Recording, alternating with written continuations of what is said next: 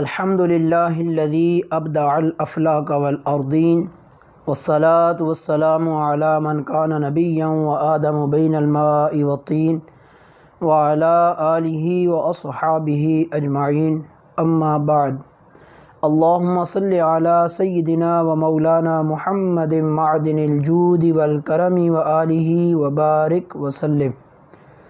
محتشم سامعین و ناظرین حضرات، اللہ وحدہ لا شریک کے فضل و احسان سے میں اور آپ سب حضرات معرفت دین کورس کے اندر حاضر ہیں۔ دعا فرمائیے اللہ تعالی ہم سب کی اس حاضری کو اپنی بارگاہ کے اندر شرف قبولیت عطا فرمائے، ہم سب کا خاتمہ بالخیر، خاتمہ بالایمان فرمائے، دین متین کی ہم سب کو صحیح طور پر سمجھ عطا فرمائے اور اس پر ہمیں عمل کرنے کی توفیق عطا فرمائے۔ پچھلے درس کے اندر ہم نے اسلام کے 5 بنیادی ارکان جو تھے ان کے متعلق سمجھا تھا اور پڑھا تھا۔ ان ارکان میں سے پہلا رکن تھا توحید، اور توحید کے متعلق ہم نے کچھ معروضات آپ کی خدمت میں پیش کی تھیں، اور کلمہ طیبہ لا الہ الا اللہ محمد الرسول اللہ، اس کا ایک پہلا حصہ یعنی جو پہلا جز ہے لا الہ الا اللہ، اس کے متعلق بھی ہم نے آپ کو کچھ نہ کچھ معلومات جو تھی وہ پیش کی تھیں آپ کی خدمت میں۔ اس کا اگلا جز ہے محمد الرسول اللہ، محمد صلی اللہ تعالیٰ علیہ وسلم اللہ کے رسول ہیں۔ لیکن توحید کے بعد ایک جو دوسری چیز ہے جسے مسلمانوں کے لیے بطور عقیدہ سمجھنا لازم اور ضروری ہے، وہ ہے نبوت۔ مطلقاً نبوت کہہ رہا ہوں، یہ صرف حضور کے ساتھ جو خاص ہے اس کا ذکر نہیں کیا جا رہا، یعنی صرف حضور کا ذکر نہیں ہے، یہ مطلقاً نبوت یعنی سارے انبیاء کرام علیہ السلام۔ تو توحید کے بعد نبوت جو ہے یہ مسلمان کے لیے عقیدہ رکھنا یہ لازم اور ضروری ہے، اور نبوت کے متعلق کیا ہے، یہ نبی کون ہے اور اس کا کیا کام ہوتا ہے، اس کے احکامات جو اللہ کی جانب سے یہ لے کر آتے ہیں، یہ وہ احکام امت کے حوالے سے کیا حیثیت رکھتے ہیں اور امت کو کیا کرنا چاہیے، اس کے حوالے سے چند ایک معروضات آج کے ہم اس درس کے اندر سیکھیں گے۔ تو سب سے پہلے نبی کون ہے؟ تو اللہ وحدہ لا شریک نے مخلوق کی ہدایت کے لیے، مخلوق کی رہنمائی کے لیے اپنے جن بندوں کو احکامات عطا فرما کر امت تک پہنچانے کے لیے، لوگوں تک پہنچانے کے لیے بھیجا ہے، ان نفوس قدسیہ کو، ان حضرات کو انبیاء کہتے ہیں۔ اللہ کی طرف سے جو احکام لے کر آیا، لوگوں کو اس نے بتائے، اور ہدایت اور رشد کے حوالہ سے یہ اس کا سارا سلسلہ تھا، تو اسے نبی کہتے ہیں۔ انبیاء کرام علیہ السلام وہ بشر ہیں کہ جن کے پاس اللہ وحدہ لا شریک کی طرف سے وحی آتی ہے، یعنی پیغام الہی آتا ہے۔ اب یہ پیغام الہی، یہ وحی کبھی تو بالواسطہ یعنی کسی فرشتے کی معرفت آتا ہے، کبھی یہ پیغام بلا واسطہ کسی واسطے کے بغیر اللہ وحدہ لا شریک کی جانب سے انہیں عطا کیا جاتا ہے۔ اچھا، یہ بھی عقیدہ لازم اور ضروری ہے کسی شخص کے مومن ہونے کے لیے کہ تمام انبیاء کرام علیہ السلام، جناب سیدنا آدم علیہ السلام سے لے کر احمد مجتبیٰ جناب محمد مصطفیٰ علیہ السلام تک سارے انبیاء معصوم عن الخطا ہیں، یعنی گناہوں سے یہ پاک ہیں۔ ان کی عادتیں، ان کی خصلتیں نہایت پاکیزہ ہوتی ہیں، ان کا نام و نسب، جسم، قول، فعل، حرکات و سکنات یہ سب اعلیٰ درجے پر فائز ہوتی ہیں، اور ان کے اندر نفرت انگیز یعنی نفرت پیدا کرنے والی باتیں وہ ان کے اندر نہیں ہوتی، ان باتوں سے یہ پاک، منزہ، مبرہ ہوتے ہیں۔ تمام اچھی خصلتیں انبیاء کرام علیہ السلام کے اندر موجود ہوتے ہیں۔ اللہ رب العزت انہیں کامل عقل عطا فرماتا ہے۔ اگر کائنات کی لوگوں کی ساری عقلیں جمع کر لی جائیں تو کسی نبی کو جو اللہ نے عقل عطا فرمائی ہے اس کا کروڑواں حصہ بھی نہیں بن سکتا۔ ایسی کامل عقل اللہ کریم نے اپنے انبیاء کرام علیہ السلام کو عطا فرمائی۔ پھر اللہ انہیں غیب پر اطلاع دیتا ہے، یہ اس کی شان ہے، وہ اسے عطا فرما دیتا ہے۔ اللہ تعالیٰ کی عبادت کے اندر، اللہ تعالیٰ کی اطاعت کے اندر یہ ہر وقت مشغول رہتے ہیں اور بندوں کو اللہ کا حکم یہ پہنچاتے ہیں۔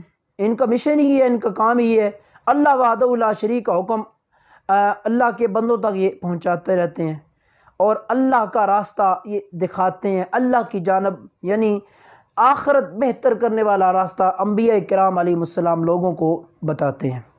اچھا، نبوت ایک اتنا بڑا درجہ ہے کہ کوئی شخص اس منصب کو عبادت وغیرہ سے حاصل نہیں کر سکتا۔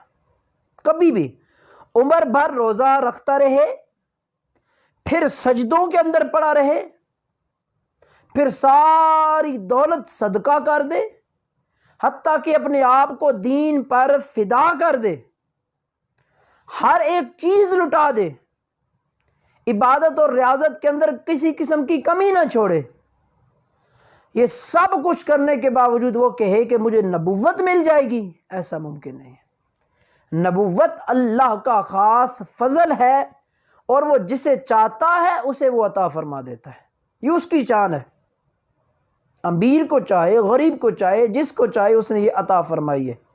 چونکہ اب تو نبوت کا سلسلہ ختم ہو چکا ہے نا، تو یہ پہلے کی ہم بات بتا رہے ہیں آپ کو کہ اللہ کی شان ہے، جسے چاہے وہ نبوت عطا فرما دیتا تھا۔ تو یہ کسی عبادت سے، ریاضت سے یہ منصب نہیں ملتا، یہ اس کا خاص فضل اور کرم ہے، جس پر وہ راضی ہو، جسے چاہے وہ اسے عطا فرما دے۔ اچھا، نبی کی اطاعت اور فرما برداری یہ اس نبی کی امت پر فرض ہوتی ہے۔ اس کی امت اس کی اطاعت کرے، اس کی فرما برداری کرے، یہ امت پر لازم اور ضروری ہے۔ پھر تمام انبیاء کرام علیہ السلام ساری مخلوق سے بہتر ہیں، افضل ہیں۔ ساری مخلوق سے انبیاء کرام علیہ السلام کا درجہ اعلیٰ اور بلند ہے۔ ان کی تعظیم اور توقیر یہ فرض ہے، ان کی ادنا سی بھی تحقیر، توہین اور تکذیب یہ کفر ہے۔ جب تک ان سارے انبیاء کو کوئی شخص نہ مانے وہ مومن نہیں ہو سکتا۔ اللہ تعالیٰ کے دربار عالیہ کے اندر ان کی بڑی عزت، ان کا بڑا مرتبہ اور بہت بڑا مقام ہے، یہ اللہ کے بڑے پیارے ہیں۔ ساری مخلوق اللہ کو پیاری ہے، پیار ہے تو اس نے پیدا فرمایا، لیکن جو مقام مرتبہ انبیاء کرام علیہ السلام کا ہے وہ کسی اور کا نہیں ہے۔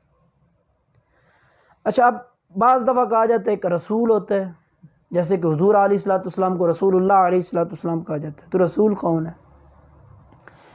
سادہ سی تعریف آپ کو سمجھانے کے لیے عرض کر دوں کہ انبیاء کرام علیہ السلام میں سے وہ نبی جو شریعت لے کر آتا ہے اللہ کی طرف سے اسے رسول کہا جاتا ہے۔